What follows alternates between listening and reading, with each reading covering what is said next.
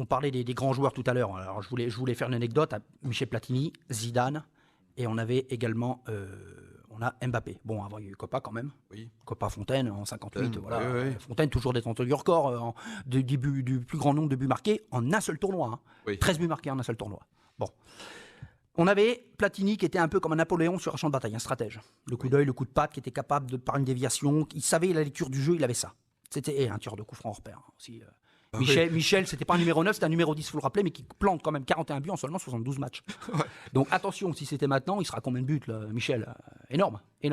3 ballons d'or, enfin bref, voilà, clin d'œil, c'est pour ça que je porte le maillot. Zidane, un magicien sur un terrain. Oui. El Magnifico, comme disait Thierry Gilardi lors de France-Espagne en 2006.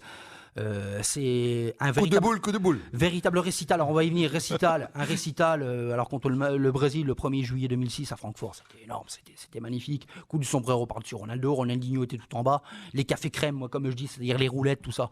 Le Brésil joue en blanc ce soir, il le dit, Thierry Gilardi ce jour-là, le Brésil joue en blanc.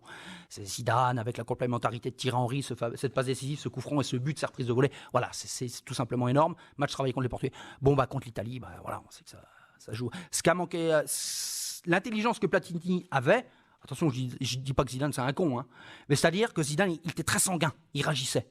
Les Italiens l'ont piégé comme ça.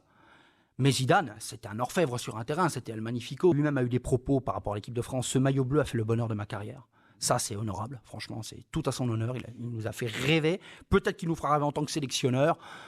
Plus tard, je ne sais pas, on verra. Hein, l'avenir le dira. Et puis on a Mbappé. Mbappé, lui, c'est la flèche. C'est la flèche. Il va dribbler, oui, c'est un bon technicien, oui. Mais il a cette pointe de vitesse.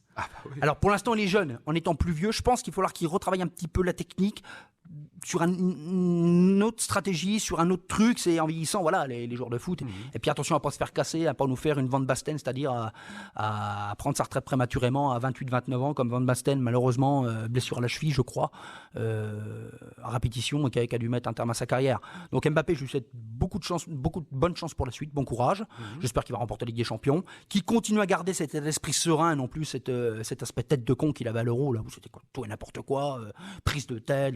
Non, le gamin sympathique, qu'on aime voir jouer, qui nous fait rêver, qui nous fait vibrer.